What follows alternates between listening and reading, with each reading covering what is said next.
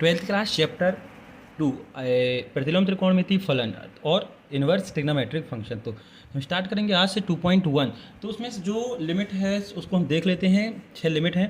देखिए sign inverse की limit जो है वो -π/2 से π/2 के बीच में होती है, मतलब से -90 से 90 के बीच में आपको साइन इन्वर्स का मान मिलेगा। आगे बात करें हम यदि, तो कॉस इन्वर्स की जो वैल्यू है वो हमेशा 0 से पाई के बीच में मिलेगी। किसकी? 0 से पाई के बीच में मिलेगी। 0 से 180 के बीच में आपको कॉस इन्वर्स का मान मिलेगा। कॉसेक इन्वर्स की बात करें तो कॉसेक इन्वर्स की जो लिमिट है वो हमेशा -π/2 से π/2 के बीच में मिलेगी, मतलब से -90 और +90 के बीच में मिलेगी। इस चीज़ का विशेष ध्यान रखिए। कॉसेक इन्वर्स की लिमिट जो होती है -π/2 और π/2 के बीच में होती है। नेक्स्ट है सेक इन्वर्स। सेक इन्वर्स की लिमिट होती है 0 पाई से π/2। मतलब इस कहने का मतलब ये है कि आपको 0 से π/2 और पाई से π/2 के बीच में, मतलब से 0 से 90 के बीच में और 180 से 90 के बीच में आपको सेक इन्वर्स की जो लिमिट है वो मिलेगी। अगली है टेन इन्वर्स।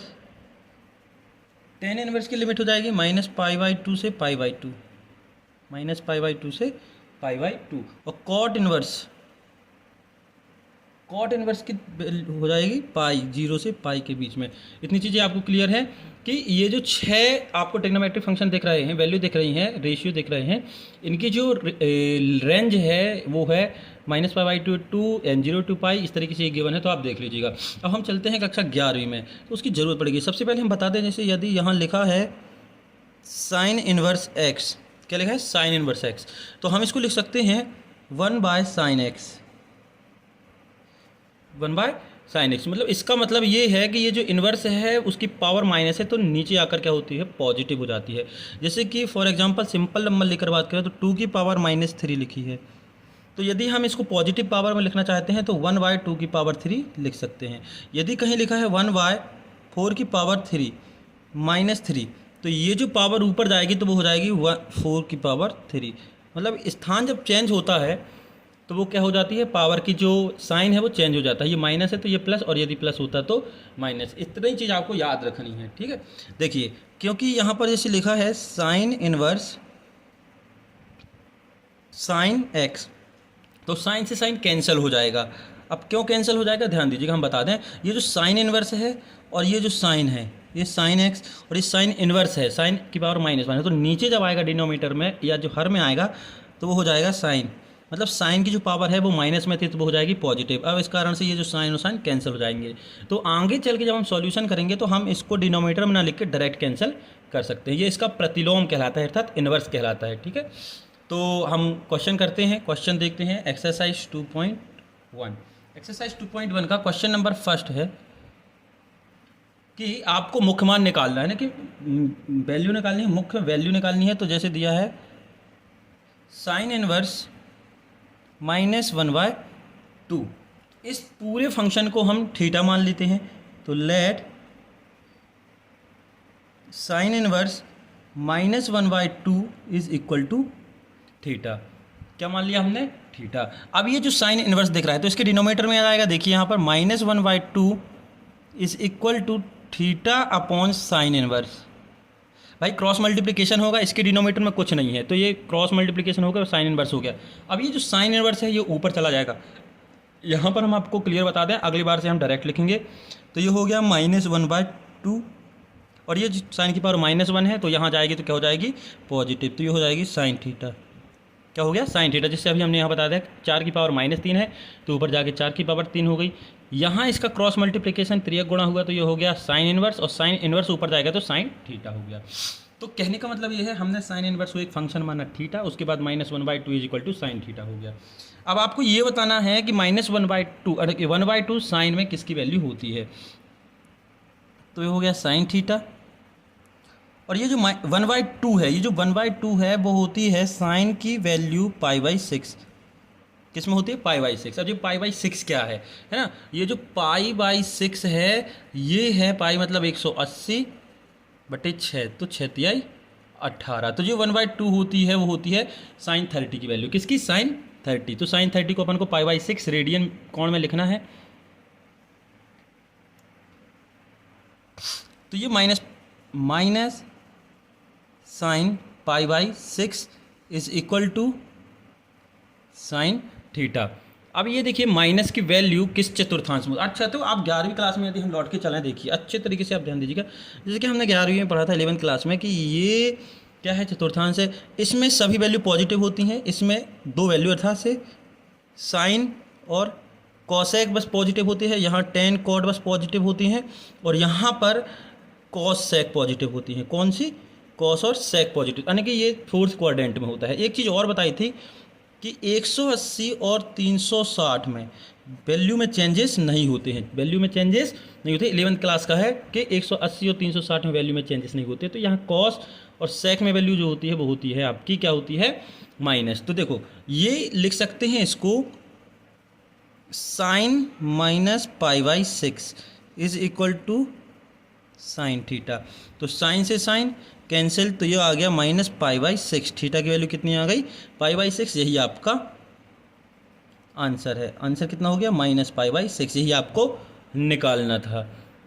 ठीक है, देखिए अब ये कहाँ से हुआ, ये जो दिख रहा है, देखिए यहाँ पर आपके पास एक फॉर्मूला था इसके पहले, जो 10th में आपने पढ़ा 11th में, कि sine minus theta, sine minus theta is equal to होता है minus sine theta. Sine minus theta is equal to minus sine theta. तो हमारे पास अभी ये था, है ना, हमारी वैल्यू ये थी, इस तरीके से थी, ये इस तरीके से थी। तो अपन को एक कदम पीछे जाना था, रिवर्स जाना था। देखिए sine minus theta is equal to minus sine theta. Minus sine theta को हमने क्या लिख लिया? साइन ब्रैकेट के अंदर माइनस साइन थीटा, क्योंकि वो माइनस साइन थीटा ही होता है। आगे बढ़ते हैं। Cos inverse √3/2। हम इसको थीटा मान लेते हैं, तो ये हो गया cos inverse √3/2 is equal to theta. तो ये जो कॉस इनवर्स है तो इस तरफ आएगा, तो हम इसको डायरेक्ट लेके ले रहे हैं। Cos theta is equal to √3/2। Cos theta, ये जो कॉस √3/2 जो होती है वो किसकी वैल्यू होती है? √3/2। आपको बताना है कि ये √3/2 कॉस में किसकी वैल्यू होती है। तो इसके लिए आपको टेबल याद होनी चाहिए। तो ये होती है कॉस में पाई बाई 6 की वैल्यू। किसकी होती है? पाई बाई 6 की। तो कॉस पाई बाई 6। ठीक, तो ये कॉस और ये कॉस कैंसिल, तो आपका आ गया थीटा बराबर पाई बाई 6। ये आपका आंसर। अगला क्वेश्चन है इसी का थर्ड। इसी के थर्ड क्वेश्चन की बात करें तो कॉसेक इनवर्स लिखा है, कॉसेक इनवर्स 2। हमने क्या किया? इसको मान लिया। क्या मान लिया? थीटा। तो ये हो गया cosec inverse 2 is equal to theta. Cosec inverse इस तरफ जाएगा तो क्या हो जाएगा? कॉसेक थीटा बराबर 2। Cosec theta is equal to 2 किसकी वैल्यू होती है? कॉसेक थीटा में, कॉसेक थीटा में 2 होती है पाई बाई 6 की वैल्यू। तो ये होगा कॉसेक पाई बाई 6। कॉसेक से कॉसेक कैंसिल हो गया, तो आपका बचा थीटा बराबर पाई बाई 6। ये आपका आंसर।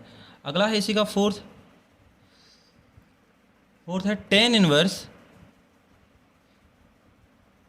माइनस √3।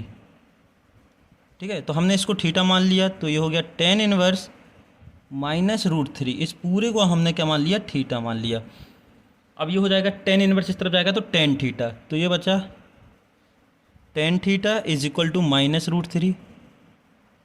तो ये हो गया टेन थीटा, और √3 टेन में किसकी वैल्यू होती है? √3 जो है वो 10 में वैल्यू होती है पाई बाई 3 की। किसकी होती है? पाई बाई 3। तो ये माइनस पहले से लगा था, तो ये हो गया 10 पाई बाई 3। अब यहाँ पर ध्यान दीजिएगा, -10 थीटा, मतलब से कहने का मतलब ये है, जैसे कि ये हम इसको लिख सकते हैं 10 minus theta. 10 minus theta is equal to -10 theta होता है। क्या होता है? 10 minus theta is equal to -10 theta. तो ये जो माइनस है इसको अपन अंदर भी लिख सकते हैं, तो ये हो जाएगा 10 माइनस पाई बाई 3, और ये हो गया 10 थीटा। तो 10 से 10 कट गया, तो थीटा बराबर हो गया आपका माइनस पाई बाई 3। तो आपका आंसर आ गया माइनस पाई बाई 3। अगला सवाल है इसी का, फिफ्थ सवाल है कॉस इनवर्स -1/2। इसको हमने थीटा माना, तो ये हो गया cos inverse -1/2 is equal to theta. और ये इन्वर्स वाली टर्म इस तरफ गई तो कॉस थीटा हम इस तरफ भले लिख लेते हैं, cos theta is equal to 1/2 -1/2 है। तो कॉस थीटा में ऐसे कॉस वाले रेशियो में 1/2 वैल्यू कितने की होती है, कॉस में 1/2 होती है कॉस π/3 की, तो माइनस कॉस π/3 मतलब कॉस 60 की वैल्यू होती है 1/2। ठीक है, क्लियर है, ये 60 लिखा हुआ है।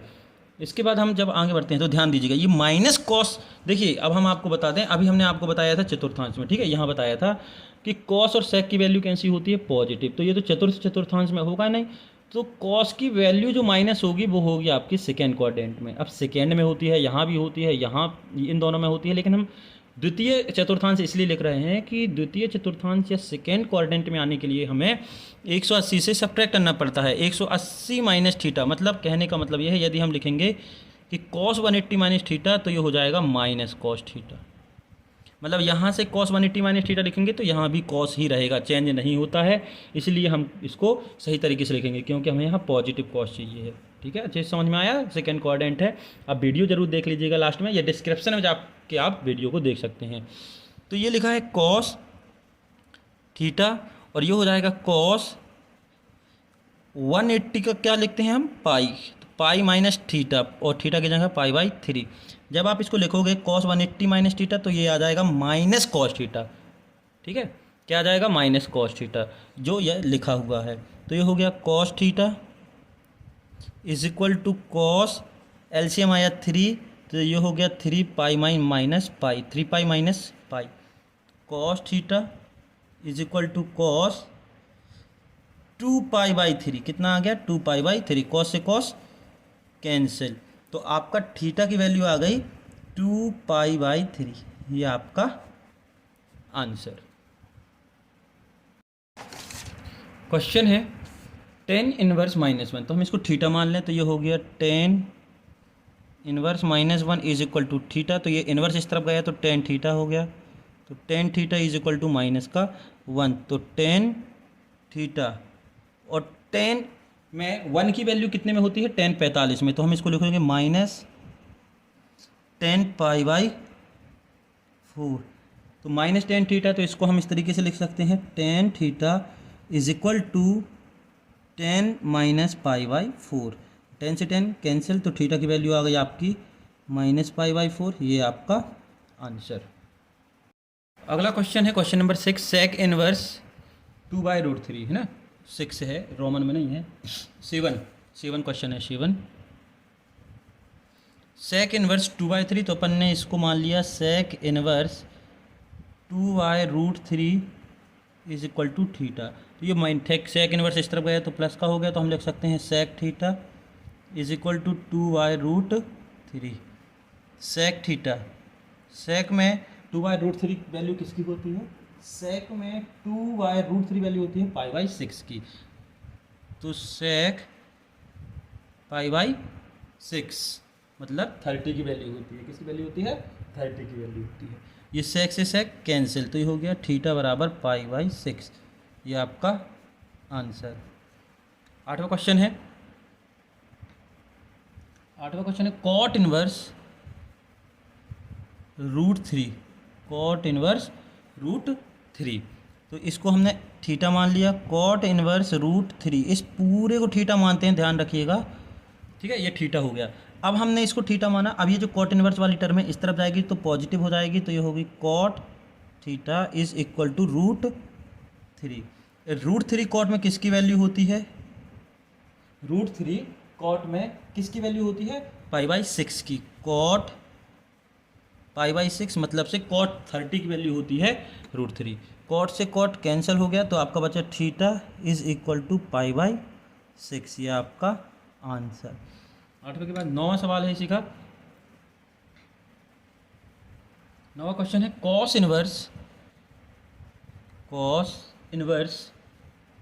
-1/√2, इसको हमने थीटा माना, तो ये हो गया cos inverse -1/√2 is equal to theta, तो ये इनवर्स वाली टर्म यहाँ जाएगी, तो ये हो जाएगी cos theta is equal to -1/√2। तो 1/√2 कॉस में किसकी वैल्यू होती है, 1/√2 होती है π/4 की। किसकी होती है, π/4 की। यहाँ पर ध्यान दीजिएगा, हमारी टर्म थी cos theta is equal to -1/√2, ठीक है। तो cos थीटा, cos में जो √2 है, 1/√2 वैल्यू होती है π/4 की, अर्थात से 45 की। तो ये हो गया माइनस cos π/4, 1/√2। अब ये जो माइनस है, ये क्या लिखा है, माइनस। तो ये होता है आपका द्वितीय चतुर्थांश में, किसमें, सेकेंड क्वाड्रेंट में। तो आप इसको कैसे लिखेंगे, ये लिखेंगे cos theta is equal to cos π-π/4। देखिए हम बता दें आपको, ये जो π-π/4 लिखा है, इसकी मीनिंग क्या है। यदि आपने लिखा cos π-थीटा, तो आपका मान आएगा माइनस cos थीटा। क्या आएगा, माइनस cos थीटा। तो हमारे पास है माइनस cos थीटा, थीटा की जगह π/4 है, और हमें उसको लिखना है पॉजिटिव। तो हम क्या लिखेंगे, cos π-थीटा, मतलब 180 से उस थीटा की वैल्यू को घटा देंगे, तो ये माइनस cos π/4 ही आएगा। इसलिए हमने इसको ऐसा लिख दिया। तो अब ये हो गया cos theta is equal to cos, LCM आया 4, और ये हो गया 4π-π। तो ये हो गया cos 3π/4। तो cos थीटा, cos से cos कैंसिल, तो थीटा बराबर हो गया 3π/4। ये आपका आंसर। इसका नेक्स्ट क्वेश्चन है 10वां, कोसेक इनवर्स -√2। कोसेक इनवर्स, तो इसको आपने थीटा माना, cosec inverse -√2 is equal to theta. तो ये कोसेक इनवर्स इस तरफ टर्म गई, तो ये हो गया आपका cosec theta is equal to -√2, -√2। Cosec theta, ये कोसेक में किसकी वैल्यू होती है, √2। कोसेक की बात हो रही है ना, कोसेक में √2 वैल्यू होती है π/4 की।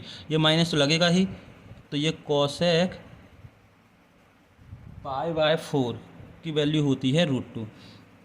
ये फिर से वही फार्मूला बन गया। तो ये चतुर्थ चतुर्थांश में है, मतलब से फोर्थ क्वाड्रेंट में है। तो हम इसको लिख सकते हैं cosec theta is equal to cosec -π/4। मतलब यदि हम लिखेंगे कोसेक माइनस थीटा, तो क्या आएगा, माइनस कोसेक थीटा ही आएगा। आपको 11th में आप देख लीजिएगा, 3rd चैप्टर में।